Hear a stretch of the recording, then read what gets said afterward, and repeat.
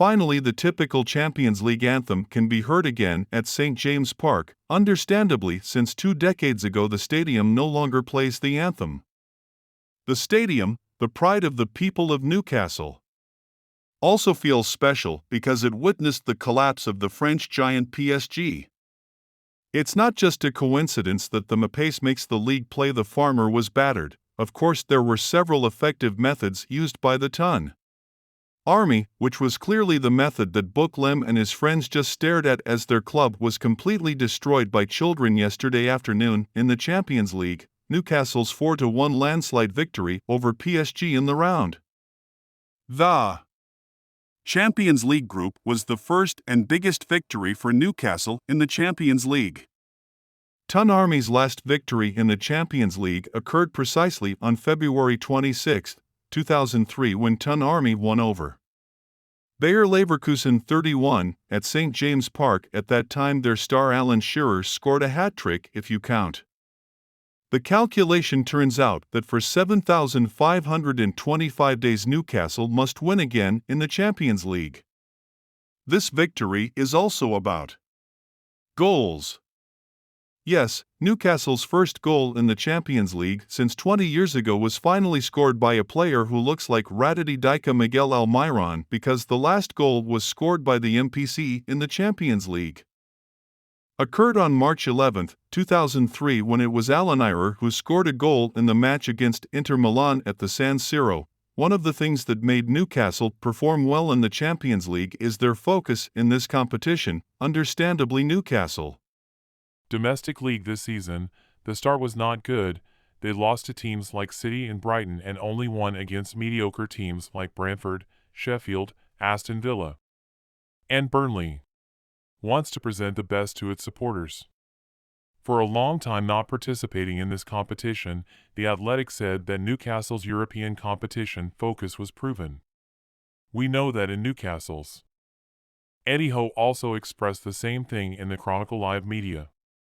There, Howe admitted that he was not afraid of facing a deadly group in the Champions League this season. In fact, he was very happy to be able to meet big teams. Their enthusiasm is a bit different in the domestic league and Champions League. Usually clubs like Newcastle, after winning against a big club like PSG, they generally play defensively to secure their lead, but not for Newcastle in the second half. Even though they were 2-0 up, they still continued to bombard PSG's defense mercilessly. Team spirit is also closely related to the coach's motivation. Apart from having a specific target in Europe, Coach Eddie Howe's attitude in increasing his team to beat PSG, Howe said, Newcastle's defense ahead of facing PSG was in good condition, especially their team's winning trend is currently maintained. They are unbeaten since they last lost to Brighton in early September. They even won big 8-0 over Sheffield and beat Manchester City in the Carabao Cup. Apart from the optimism factor, there is another factor of 2 Newcastle native players named Den and Sean Longstaff. The 2 blonde players are 2 original players. Are 2 original players born in Newcastle.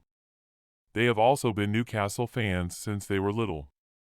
Understandably, their extended families have also been hardline Newcastle supporters for a long time. When it comes to loyalty and sacrifice from local children, there's no doubt that it's totally like they're ready to die to defend the club. This is what is reflected in the tireless spirit of Byrne and Longstaff in the match against PSG, and it is good that Howe is smart in utilizing this strength, even though we know that these 2 players are in fact only mediocre players, but with a high spirit of loyalty and sacrifice make Byrne's strength and Long STFF is a little different, like what happened when they both scored a goal together in the match against PSG. Apart from the loyalty factor, don't forget the stadium factor. Yes, St. James Park has its own magical power for the host. The stadium is always packed with true Ton Army members.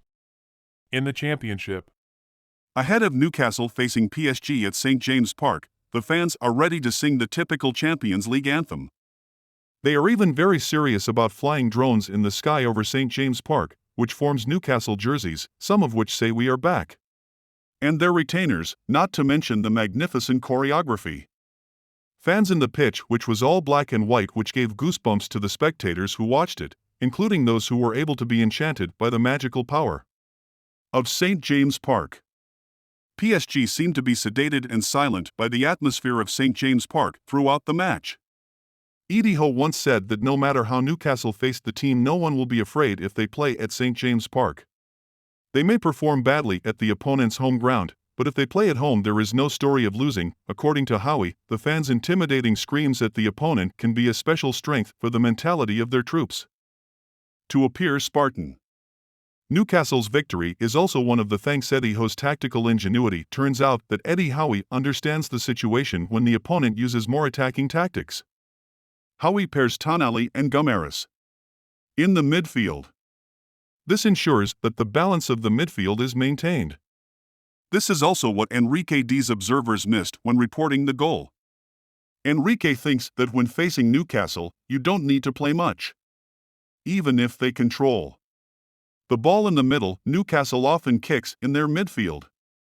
Enrique forgets that now Newcastle has Tonali and Guimarães who are strong enough to hold the ball in the midfield, plus a long staff whose roaming power never gets tired.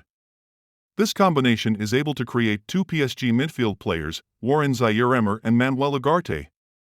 PSG can only stare. PSG are outnumbered in the midfield. They are also easily hit by counterattacks. Enrique himself acknowledged the ingenuity of Eddie Howe's tactics in his interview session with Sky Sports. According to him, Newcastle are very good in the final third and effective in taking advantage of opportunities. Enrique also admitted that he was wrong in implementing them.